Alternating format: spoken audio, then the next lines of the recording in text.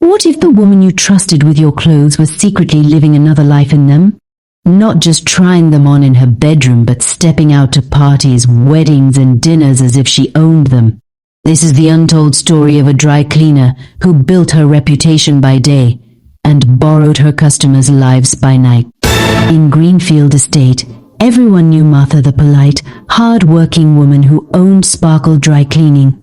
Her small shop sat at the corner of the street, always buzzing with the sound of hangers clicking and the smell of fresh starch. People loved her. She was reliable, affordable, and respectful. Customers always said Martha treats your clothes like they are hers. They had no idea how true that was. Behind closed doors, Martha's life was nothing like the image she portrayed. She had married young, had 3 children, and spent her years in poverty. Every time she collected designer dresses, tuxedos, and Italian shoes from her wealthy clients, bitterness grew inside her chest. One Thursday evening, she stayed behind in the shop after everyone had gone. She opened a nylon bag belonging to Mrs. Carter, the wife of a rich contractor. Inside lay a dazzling red gown, stitched with pearls, the kind Martha had only ever seen in magazines. She couldn't resist. She slipped it on, pinned the sides where it was too big, and stood before the mirror. Her heart raced. She wasn't Martha the cleaner anymore. She was Martha the madam. At first it was harmless. She told herself, just for tonight. I'll return it tomorrow, no one will know. But one night turned into many. Soon Martha was no longer just trying them on, she was stepping out. She began attending weddings in neighboring towns, birthdays hosted far away from her estate, and even small parties where nobody knew her. She made sure never to wear the clothes near her customers' neighborhoods. She avoided their circles carefully. If Mrs. Carter worshipped at St. James Church, Martha attended a party in the next town. If Mr. Cole's wife wore lace to a naming ceremony, Martha wore it to a hotel dinner 2 towns away. And it worked. People started whispering about her transformation. The once struggling cleaner now appeared like a woman of class. She posted pictures on Facebook with captions like "God has been faithful," and nobody questioned her. Her husband, Daniel, didn't know the truth. He thought her side business was finally bringing in extra cash. Whenever he asked, she would smile mysteriously and say, "Don't worry, I have my ways." But temptation kept growing. Soon it wasn't just gowns. Martha gave her husband customer suits to wear. Expensive perfumes disappeared one by one. Even jewelry sometimes went missing. And yet she never got caught. At least, not yet. Because while Martha was busy enjoying her borrowed life, some of her customers had started to notice strange things. Tiny rips where there hadn't been before. Faint perfume scents that weren't theirs. A button missing from a jacket that had been intact. They didn't confront her immediately. They just kept watching. Martha thought she had everything under control. She picked her events carefully, avoided her customers' neighborhoods, and always returned the clothes neatly pressed, as though they had never left her shop. But then came Daniel, her husband. At first he resisted when she handed him customers' suits. "Are you sure this is right?" he asked one evening, holding up a sleek Italian blazer. Martha smirked. "What's the difference? You'll wear it tonight, I'll clean it tomorrow. And it goes back looking fresh. Nobody will know." Daniel shrugged, and that was the beginning of trouble. Unlike Martha, Daniel was reckless. He strutted around their estate in clothes that didn't belong to him, boasting in beer parlors about how he now dressed like a big man. Neighbors began whispering. Some said Martha had finally struck gold. Others said she must be doing juju. One Sunday afternoon, Daniel wore a 3-piece designer suit to a wedding inside the estate. The same suit belonged to Mr. Cole, one of their wealthiest customers. Luckily, Mr. Cole didn't attend, but his cousin did. The cousin stared too long at Daniel, puzzled, and later mentioned it casually to Mr. Cole. The net of suspicion was slowly tightening. But Martha didn't even know this yet. She had a different problem on her hands. That problem was Angela, her close friend. Angela had always been supportive, the kind of friend who visited Martha's shop to keep her company and gossiped about everyone in the estate. But beneath the smiles, Angela carried envy. She couldn't understand how her cleaner friend was suddenly dressing like a millionaire. One Saturday night, fate played its hand. Martha wore one of Mrs. Carter's glittering blue gowns to a high-class birthday party in the next town. She walked in like royalty, enjoying the stares, the whispered admiration, the feeling of power. But as she laughed with strangers near the buffet table, her eyes froze because sitting at one of the tables sipping wine was Angela. Angela's mouth nearly dropped open. She recognized the gown immediately. It had been dropped off at Martha's shop just days ago. The next morning, Angela stormed into Martha's shop. "Martha, what nonsense is this? Since when did you become a thief? You want disgrace to kill you. Wearing people's clothes as if they are yours." Martha panicked. She fell to her knees, pleading, "Angela, please don't expose me. Nobody knows. I swear I return everything perfectly. You're the only one who has seen me. Please, I beg you." Angela folded her arms. "And why shouldn't I tell them?" Martha thought quickly. She stood up, went to the back of the shop, and returned with a lovely designer top she had planned to wear the next weekend. "Here, take this. And next week, I'll give you one of the gowns. Angela, you don't have to struggle to buy clothes again. Just keep my secret." Angela's anger melted into temptation. She touched the fabric, her eyes shining. For the first time, she smiled. "You mean I can wear them too?" Martha nodded eagerly. "Yes. You and I. Nobody has to know." And that was how Angela joined the game. From then on, the two women became partners in crime. They would dress in borrowed gowns, paint their lips red, and attend events together, always outside the estate, always far from their customers' eyes. Angela loved it. She strutted like a model, enjoying a lifestyle she never dreamed possible. But what neither of them knew was that Daniel's carelessness, combined with Angela's greed, was pushing them all closer to disaster. It started small. At first, Angela was content with the gowns and tops Martha gave her. But greed has no finish line. One evening, after returning from a wedding, Angela cornered Martha in the shop. "Give me 3,000 naira, she said flatly. Martha froze. 3,000. "Angela, I've been giving you clothes. Why would you still ask me for money?" Angela leaned close, her voice sharp. "How do you expect me to pay transport to all those fine parties? Dresses don't walk me there, do they? If you want me to keep your secret, you'll pay me. Be grateful I've not exposed you." Martha's eyes filled with tears. She dug into the small money she had made that day from genuine customers and handed it over. Her voice broke. "Angela, why are you doing this to me? You're my friend. I've shared everything with you. Why blackmail me?"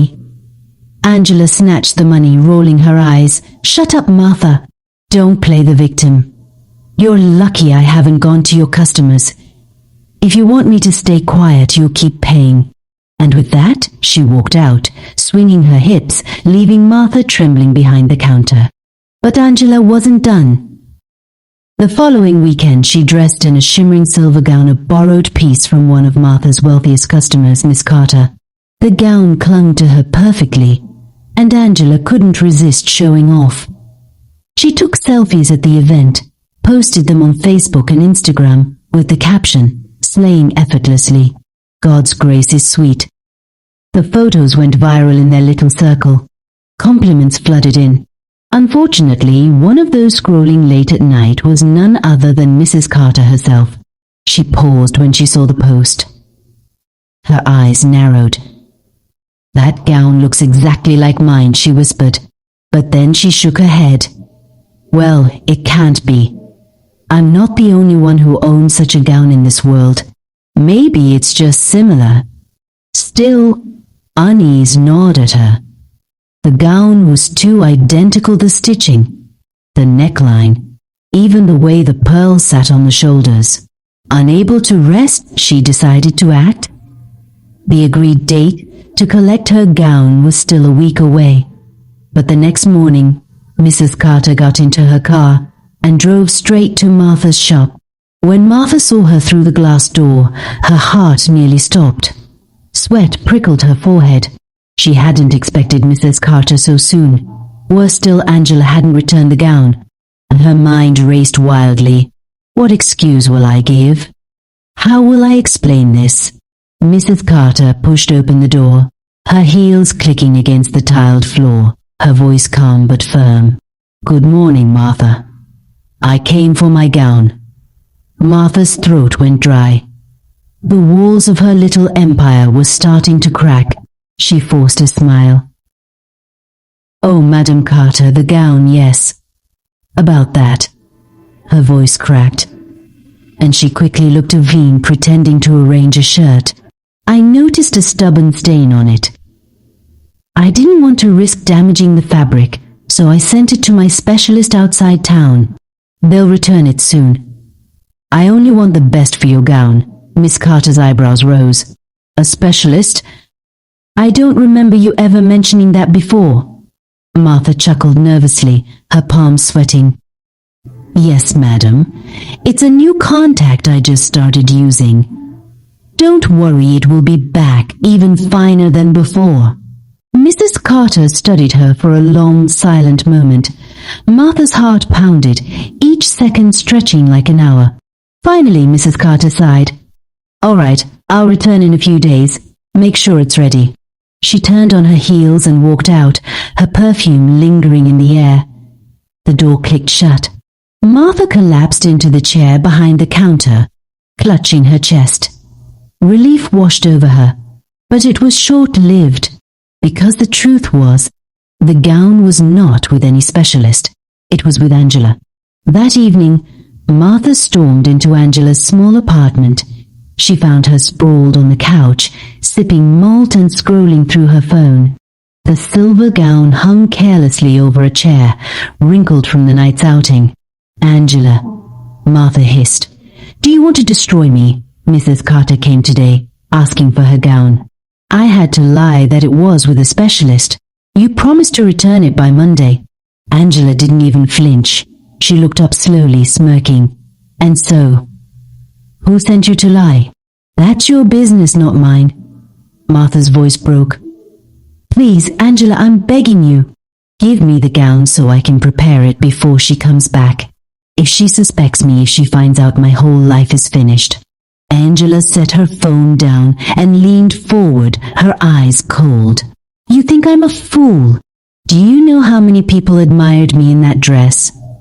Do you know how much transport I spend to attend those events? You think giving me 1 or 2 tops is enough? No, Martha. You'll add money, or I'll hold on to it until I'm satisfied. Martha's tears spilled. Angela, why are you doing this? You were my friend. I gave you clothes. I trusted you. Angela snapped. Shut up. Stop acting like a saint. You're stealing from people, and I'm helping you enjoy it.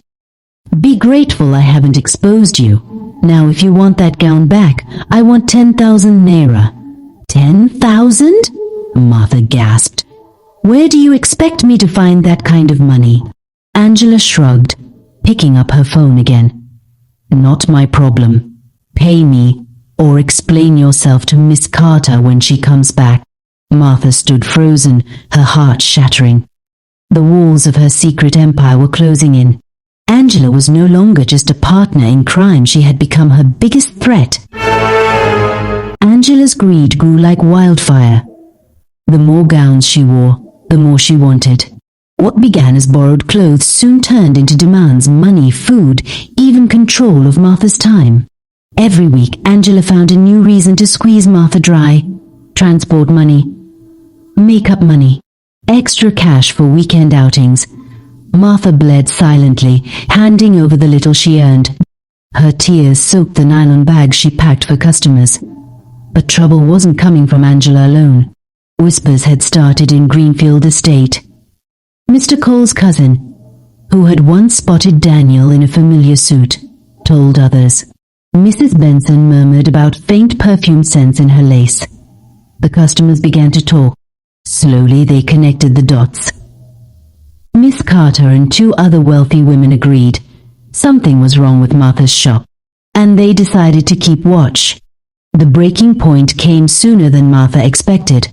One Thursday morning, just 4 days after her last visit, Mrs. Carter's black sub stopped in front of Sparkle Dry Cleaning.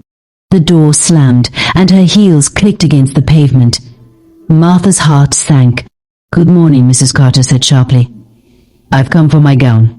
Today." Martha stuttered. "Ah, madam, the specialist hasn't." Mrs. Carter's eyes flashed. "Enough lies. Do you think I'm a fool? You've had my gown for weeks. Either you bring it out now, or I call the police." Before Martha could speak again, Mrs. Carter pulled out her phone. Within minutes, 2 police officers stormed into the shop. The estate crowd gathered outside, whispering, their eyes wide with curiosity. "Martha Johnson," one officer barked, "you are under arrest for theft and fraud. Follow us." Martha collapsed to her knees, weeping. "Please don't disgrace me here." They didn't listen. They dragged her out, handcuffs clinking, as neighbors gasped. At the station, faced with stern officers and Mrs. Carter's piercing eyes, Martha broke down completely. Between sobs, she confessed everything. How she had worn customers' clothes, how Daniel strutted in borrowed suits, how Angela had joined and blackmailed her. "Please," she begged. "Angela has most of the gowns. Go to her house, you'll find them." The officers wasted no time. They stormed Angela's apartment, and there she was standing before a mirror, adjusting another customer's expensive gown, her makeup half done, preparing to go out. The shock on her face when the officers burst in was priceless. "What's this?" one officer snapped. Angela stammered, I can explain." But the gown on her body spoke louder than her tongue. They cuffed her instantly. That same afternoon, fate seemed to conspire against Daniel too. A group of men who had long suspected him decided they had enough. They walked into his workplace, pointing fingers, and reported his shameless flaunting of stolen suits. Before he could defend himself, officers arrived, arresting him right at his desk. His colleagues watched in disbelief, some filming the scene with their phones. By evening, the scandal was everywhere. News spread across Greenfield Estate like wildfire. The dry cleaner, her husband, and her friend all arrested for wearing customers' clothes. Shame wrapped itself around Martha's family like a chain. What had begun as small temptations ended in disgrace that stained their names forever. It was as if the devil himself had chosen that day to collect all his debts. The scandal spread across Greenfield Estate faster than wildfire. Children whispered it in school corridors, market women gossiped over their stalls, and men at beer parlors shook their heads. For Martha, the pain cut deepest at home. Her children, once proud to say, "My mummy has a shop," now walked with heads bowed. At school, classmates mocked them cruelly. "Your mother is the thief dry cleaner. Careful, she might steal your uniform." One evening, her eldest daughter visited her at the police station crying. "Mama, why did you do this? You've spoiled our name." Martha broke down in tears. She tried to hold her daughter, but the child pulled away. That rejection hurt more than the handcuffs. The court trial soon followed. The courtroom was packed, filled with angry customers demanding justice. One after the other, they stood before the judge, pointing at Martha and Daniel. "My gown never returned the same. My suit smelled of strange perfumes. My lace was torn." The judge shook his head in disbelief. After hearing all sides, he delivered his verdict. Martha Johnson, Daniel Johnson, And Angela Brown, you are guilty of theft, breach of trust, and fraud. You will serve your sentence, and may this be a warning to others.